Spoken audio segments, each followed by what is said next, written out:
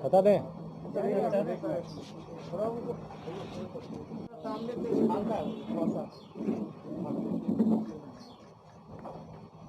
भाई, क्या नाम है भाई? मोबाइल थोड़ा पीछे करो ना, हमरा बोला ना ये उसी घटना के बारे में है जिसमें 2 बार पहले से पीसी हो चुकी है। एक चर्चित हत्याकांड हुआ था जिसको लेकर मीडिया जगत में और आम जनमानस में काफ़ी सरगर्मी रही। डे वन से इस केस को हम लोगों ने चैलेंज के हिसाब से लिया था। आज इस केस पर हम लोग पूरी तरह से पूर्णविराम लगा रहे हैं। अंतिम अभियुक्त जो था उसको भी हम लोगों ने गिरफ्तार कर लिया है। चारों लोग जो उस हत्या को अंजाम दिए थे, जिसमें कि इंडिगो मैनेजर रुपेश की हत्या हुई थी, तो चारों लोग अब सलाखों के पीछे हैं। हम लोगों ने 3 लोगों के ऊपर पहले चार्जशीट कर दिया है और एफएसएल से वेपन का मिलान भी हो गया है। ये आप लोगों को हम लोगों ने पिछली पीसी में बताया था। जो अंतिम अभियुक्त था आर्यन उर्फ अभ्यानंद, उसकी कुर्की भी हम लोगों ने पिछले दिनों कर दी थी, पिछले महीने 13 जून को, और ये फिर भी फरार चल रहा था। अब जेल जाएगा और इस केस को हम लोग चार्जशीट कर देंगे और स्पीड ट्रायल में ये केस जाएगा। इसमें बहुत क्वालिटी एविडेंसेस हम लोगों ने डायरी में लाए हैं। 12 जनवरी को घटना घटी थी और संयोग से आज 12 जुलाई है। 7 महीनों का वक्त लगा, लेकिन इस अनुसंधान से मैं पूरी तरह से संतुष्ट हूँ और अपनी टीम को मैं आपके माध्यम से बहुत बहुत बधाई देता हूँ कि इसमें बहुत मशक्कत लगी, बहुत कठिन परिश्रम लगा। एक टोटल ब्लाइंड केस था और with evidence, without any suspicion अब हम लोग इस केस का पटाक्षेप कर रहे हैं और ये केस अब चार्जशीट होकर कोर्ट में जाएगा। कहाँ से पकड़ा गया? ये बाईपास से पकड़ा गया, बाईपास रोड से पकड़ा गया है। सूचना मिली थी, अपने घर तो नहीं, अपनी बहन से मिलने आ रहा था, तो हम लोगों ने कल शाम में इसको उठाया। इतने दिनों तक कहाँ था? इसमें आप लोग जब इस घटनाक्रम को देखिएगा 7 महीने के, तो घटना के बाद जैसा कि आप लोगों को पहली पीसी में बताया गया था, ये लोग सभी गतिविधियों को मॉनिटर कर रहे थे और पेपर्स पढ़ रहे थे। ऋतुराज सबसे पहले हम लोग का ब्रेक थ्रू था। उसके पकड़ाने के बाद, चूँकि सब लोग एक ही ग्रुप के लड़के हैं और कंकड़बाग का 2 लड़के थे और ये लड़का सालिमपुर का है, सब लोग फिर अंडरग्राउंड हुए। उन लोगों के जानकारी से बहुत बड़ा अपराध हो गया था ये उनसे, जो पेपर पढ़ के उन लोगों को लगा था, क्योंकि टारगेट के बारे में वो लोग बहुत ज़्यादा अनभिज्ञ थे शुरू में कि वो इतना बड़ा व्यक्ति है या हस्ती है। तो ये जब दूसरी गिरफ्तारी में भी आप लोगों ने देखा 70 दिन का समय हम लोगों को लगा था, क्योंकि वो भी भिन्न भिन्न जगहों पर घर बार छोड़कर भाग रहा था। हम लोगों ने पूरे घर को सर्विलांस पे रखा था। कई लोगों के नंबर हम लोग लगाए हुए थे।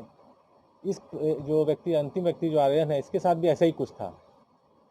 छोटू जिसने सरेंडर किया, छोटू के सरेंडर के बाद हम लोग एक्सपेक्ट कर रहे थे कि ये भी शायद सरेंडर कर जाएगा, लेकिन जब हम लोगों ने इसका सर्विलांस शुरू किया, इसे घर के आसपास फील्डिंग शुरू की, वारंट भी हम लोगों ने निकाला ताकि अब ये मैसेज क्लियर हो जाए कि ये पुलिस कार्रवाई करेगी ही करेगी, लेकिन अंततः हम लोगों को कुर्की करना पड़ा।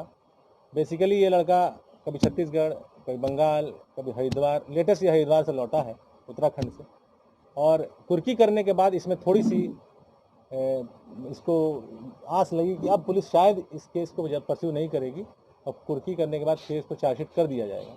लेकिन हम लोग निरंतर लगे रहे, समय इसीलिए लगा, लेकिन हम लोग का ध्येय था कि गिरफ्तार ही करना है। गिरफ्तार कर लेने के बाद से हम लोग को पुष्टि करने में और आसानी हो जाती है और सफलतापूर्वक हम लोग से गिरफ्तार किए और अब चारों लोग सलाखों के पीछे हैं। पूछताछ में बताया कि आखिर कहाँ ये छिप रहा था, होटल में ठहर रहा था या फैमिली मेंबर के यहाँ ठहरता था? ये प्रोफेशनल चोर है। ये मोटरसाइकिल चोरी का इसके ऊपर पहले से 2 केस है और एक गांव में ही मार झगड़ा का केस है और एक तो मर्डर वाला केस है। ये बहुत चोरी करता है। अब जैसे आपको मैंने पहले ही बताया था, ऋतुराज का ये साथी है। ऋतुराज का जो चमनचक में जो डेरा था, वहाँ इसके साथ ही रहता था।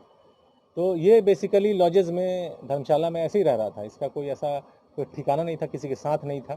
रोल की जहाँ तक बात है, ऋतुराज शूटर था, सौरभ शूटर था, छोटू सौरभ का मोटरसाइकिल चला रहा था और ये लड़का ऋतुराज का मोटरसाइकिल चला रहा था। अपाची मोटरसाइकिल जो चलाने वाला व्यक्ति है वो आर्यन है। पल्सर मोटरसाइकिल छोटू द्वारा चलाया जा रहा है। तो ओवरऑल अगर आप देखिएगा तो दोनों मोटरसाइकिल बरामद है, उसके नंबर प्लेट्स बरामद है, उपयुक्त हथियार बरामद है जिसका एफएसएल से मिलान हो चुका है। चारों शूटर्स गिरफ्तार हो चुके हैं। डायरी हम लोगों ने तैयार कर दी है। सीसीटीवी फुटेजेस को हम लोगों ने एविडेंस में लाया है। अब केस चार्जशीट हो जाएगा।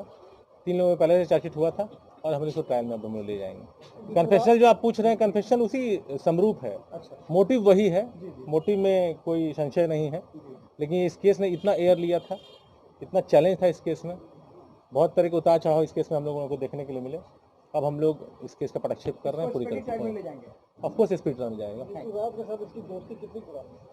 इसकी दोस्ती 6-7 महीने पुरानी मानी जाएगी, जैसा ये बताया। नहीं, घटना से नहीं, हाँ घटना से ही, हाँ पिछले अगस्त सितंबर से ये साथ हैं ये लोग।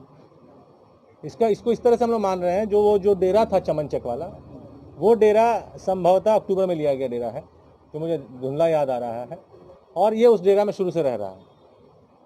जिस प्रकार से बता रहे हैं सर कि ये चोरी करता था, ये पहले अकेले ही चोरी करता था, किसी और मोटरसाइकिल चोर अकेले ही चोरी करता है जनरली, एक चेन है, हर क्राइम एक्टिविटी एक चेन होता है कि चोरी करके फिर बेगूसराय, नालंदा, जहानाबाद हत्या करने जा रहे हैं। नहीं, अगेन वही मैं बता रहा हूँ, जो चीज़ बाकी सौरभ ने बताई थी, इन लोगों को ये सारी चीज़ें ऋतुराज के मन में थी। बातें ये थी कि दे छटका देना है, मारपीट कर देना है, लेकिन ये जान रहे थे ये लोग कि हथियार तो है इसके पास, हथियार लेके ये लोग जा रहे हैं। और घटना के बाद, जैसा आप लोगों को मैंने पहले ही बताया है 2 पीसीज में, जब इन लोगों ने भागवत नगर में पेपर पढ़ा सौरभ के घर पे, तब इन लोग को जो 3-4 पेज का कवरेज था, और जिस तरह से बड़ी बड़ी हस्तियों की प्रतिक्रिया थी उस पेपर के कवरेज में, 13 जनवरी के पेपर में, इन लोग के होश फाख्ता हुए। और फिर इन लोग को लगा कि, लेकिन ये अपनी, जब हम लोग के पास छोटू आया और सौरभ आया, तो उन लोगों ने बताया कि 13 तारीख को इन लोगों ने आपस में जो मंत्रणा की कि इसमें बचेगा तो कोई नहीं, इतना बड़ा ये घटना हो गया है कि पुलिस छोड़ेगी तो नहीं। उसीलिए ये लोग औने पौने जिधर भी इनको मौका मिले लोग भागते रहे। सौरभ को पकड़ने में काफ़ी प्रयास लगा। एज एक्सपेक्टेड छोटू सरेंडर कर गया था। उसका आपराधिक इतिहास आप लोग को जैसे हम लोगों ने बताया है, शायद एक छेड़खानी या रेप के केस में वो जेल पहले गया हुआ है, उसका कोई कुख्यात आपराधिक इतिहास नहीं था। हम लोग एक्सपेक्ट कर रहे थे कि वो सरेंडर कर जाएगा, सरेंडर कर ही गया था। सौरभ की गिरफ्तारी के लगभग हफ्ते भर में वो सरेंडर कर गया था। अब वो surrender, if I am not wrong, वो सरेंडर मई का है, 13 मई, 2 मई का है शायद, तो मई का है। और मई, जून, जुलाई, 70 दिन लगे सौरभ को पकड़ने में। इसको समझिए कि लगभग उतने ही दिन, 70-80 दिन लगे हैं। संयोग पूरा का पूरा 7 महीना है, 12 जनवरी 12 जुलाई केस खत्म हो रहा है। अब केस चार्जशीट में जा रहा है। ये बहुत इंपॉर्टेंट केस था, इसलिए आप लोग को बताना मैं लाजमी समझा कि इस केस का अंतिम अभी गिरफ्तार हो तो भी आप मीडिया के माध्यम से आम जनमानस तक पहुँचे, क्योंकि इसको पटना ही नहीं पूरे बिहार के एक व्यक्ति ने, बिहार के बाहर के व्यक्ति ने भी फॉलो किया है। मैं अभी भी कभी कभी फेसबुक पे या यूट्यूब पे अपना पीसी की देखता हूँ लिंक, तो देखता हूँ कितने हिट्स हैं उसके, तो बहुत लोगों ने उसको देखा है। तो ये कौतूहल का केस था, लोगों को एक एक्सपेक्टेशन थी पुलिस से, और हम लोगों ने इसको सक्सेसफुली कंप्लीट किया है। सीएम के जनता दरबार में कोई